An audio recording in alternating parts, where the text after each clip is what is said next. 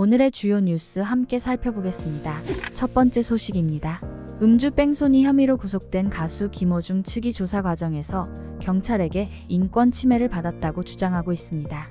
SBS에 따르면 김호중을 변호하는 조남관 변호사는 경찰 공보규칙 제15조에 따라 귀가 관련 정보를 공개해서는 안 된다는 내용을 근거로 서울 강남경찰서 수사팀이 이를 지키지 않았다고 주장하며 국가인권위원회에 제소를 검토 중이라고 밝혔습니다. 김호중 측이 인권 침해를 주장하는 이유는 경찰이 비공개 귀가를 허락하지 않았기 때문입니다. 김호중은 지난 21일 강남경찰서에서 피의자 신분으로 세 번째 조사를 받고 귀가하면서 출석대와 같이 지하 주차장을 통해 귀가하게 해달라고 요청했으나 받아들여지지 않았습니다. 이에 김 씨는 경찰 수사팀과 5시간 넘게 대치했습니다.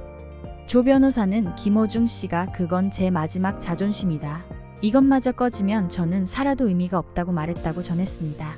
당시 김 씨는 조 변호사에게 너무 억울하다. 죄는 달게 받겠지만 먹잇감이 된 기분이 든다. 경찰이 이렇게까지 해서 저를 먹잇감으로 던져놓아도 되는가라고 토로했습니다.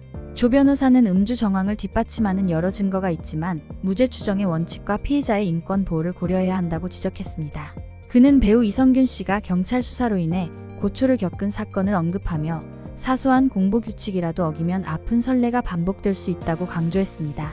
한편 김호중은 지난 9일 밤 서울 강남구 압구정동에서 중앙선을 넘어 택시를 들이받은 뒤 도주했습니다. 사고 직후 김호중과 소속사는 차량 블랙박스 메모리 카드를 제거하는 등 음주운전을 은폐하려 한 정황이 드러났습니다. 김호중은 사고 직후에도 공연을 진행했으며 사고 열흘 후 음주운전 사실을 시인했습니다. 김호중과 소속사 대표, 소속사 본부장 등 3명은 지난 24일 구속되었습니다. 경찰은 김호중이 사고 당시 만취 상태에서 운전한 것으로 보고 있습니다. 김호중은 소주 10잔을 마셨다며 음주량을 축소해 진술한 것으로 알려졌습니다. 인권위 측은 특정 케이스에 대한 조사가 이뤄지기 전에 인권 침해 여부를 단정하기 어렵다는 입장을 밝혔습니다. 다음 뉴스입니다. 대통령실은 북한의 오물풍선을 우리 정부를 상대로 한 심리적 테스트로 간주하고 침착하게 대응하겠다고 밝혔습니다.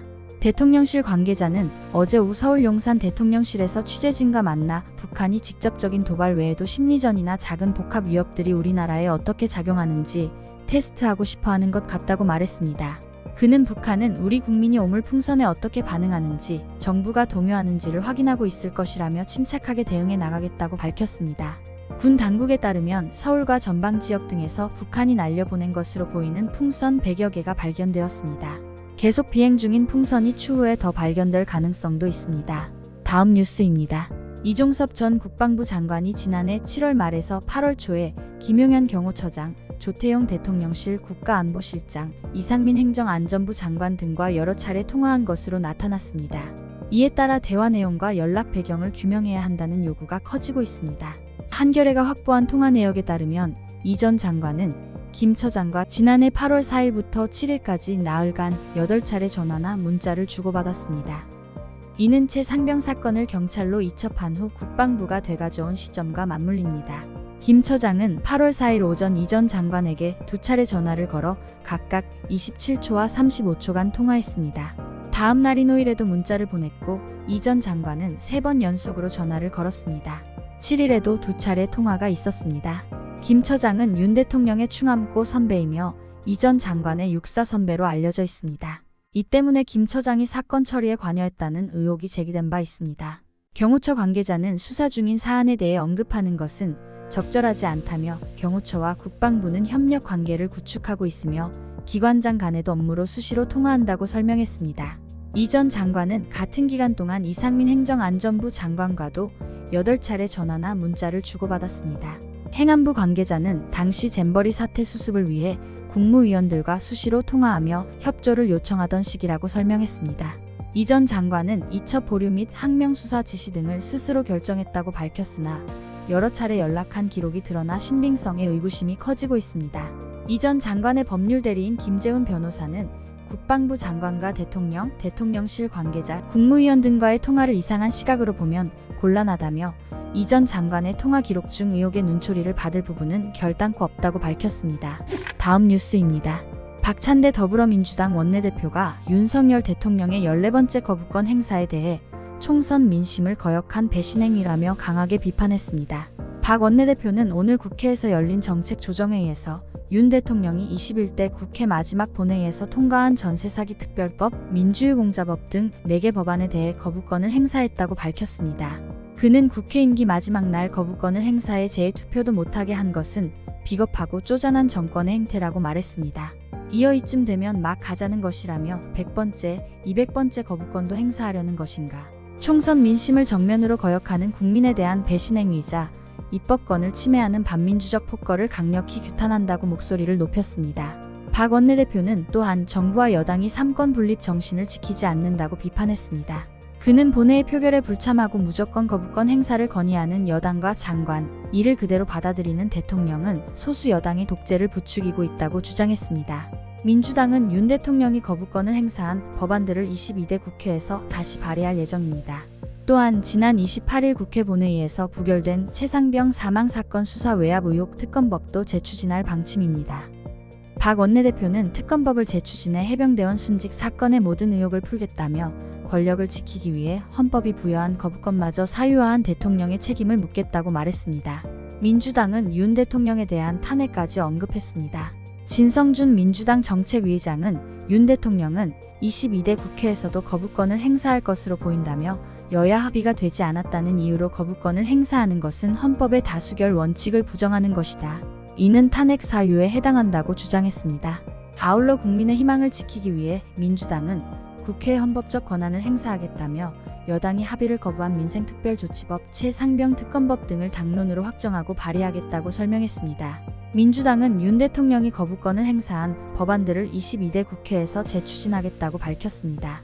윤 대통령 역시 거부권을 적극 행사할 뜻을 밝혀 22대 국회에서도 거부권 악순환은 계속될 것으로 보입니다. 다음 뉴스입니다. 지난해 전국 하수처리장에서 채취한 시료를 분석한 결과 조사 대상 모든 하수처리장에서 필로폰이 검출된 것으로 나타났습니다. 코카인 사용 추정량도 증가했습니다. 식품의약품안전처는 어제 2023년 하수역학 기반 불법 마약류 사용 행태를 발표했습니다. 오정은 부산대 환경공학과 교수 연구팀이 수행한 연구 결과 지난해 조사한 전국 17개 시도 하수처리장 57곳 모두에서 필로폰이 검출되었습니다. 연구팀은 하수처리장에서 연간 분기별로 하수를 4차례 채집해 주요 불법 마약류 성분인 필로폰, 암페타민, 엑스터시, 코카인의 검출량을 조사했습니다. 코카인은 지난해 하수처리장 57곳 중 5곳에서만 검출되었지만 전국 평균 사용 추정량이 2020년 0.37mg에서 지난해 1.43mg으로 증가했습니다. 또한 그간주로 서울 등에서 검출되다가 지난해 처음으로 세종에서도 검출되는 등 검출 지역도 다양해지고 있습니다. 지난해 지역별 사용 추정량을 보면 필로폰은 경기 시화와 인천이 높게 나타났으며 암페타민은 청주와 광주, 엑스터시는 경기 시화와 목포, 코카인은 서울 난지와 세종에서 1일 사용 추정량이 많았습니다. 다음 뉴스입니다. 미국 나스닥 지수가 28일 사상 처음으로 17,000선을 넘기며 마감했습니다. 특히 인공지능 칩 선도주자인 엔비디아가 7% 급등하며 나스닥 지수를 견인했습니다. 이날 뉴욕 증시에서 나스닥 지수는 전 거래일 대비 0.59% 오른 17,019.88에 마감했습니다. S&P 500 지수는 전 거래일보다 0.02% 오른 5,306.04로 거래를 마쳤습니다. 반면 다우존스 산업평균 지수는 전 거래일에 비해 0.55% 내린 38,852.86으로 마감했습니다. 엔비디아는 이날 7.13% 상승한 1,140.59달러로 거래를 마쳤습니다. 이는 전날 일론 머스크 테슬라 최고 경영자가 설립한 AI 스타트업 xAI가 60억 달러 규모의 투자 유치에 성공했다는 소식이 전해지면서 AI 열풍이 불었기 때문입니다. 로이터 통신에 따르면 엔비디아의 시가총액은 2조 8천억 달러를 돌파했으며 마이크로소프트에 이어 월스트리트에서 두 번째로 가치가 높은 회사인 애플을 추월하기까지 약 1,000억 달러가 남았습니다. 마지막으로 날씨입니다. 금요일인 내일은 전국 대부분 지역의 낮 기온이 25도 이상으로 오르면서 더운 날씨가 예상됩니다. 전국 대부분 지역은 구름이 많다가 오전부터 맑아지겠으나 새벽부터 오전 사이 제주도에는 5에서 10mm, 전남 서부 남해안에는 1mm 안팎의 비가 내릴 것으로 보입니다.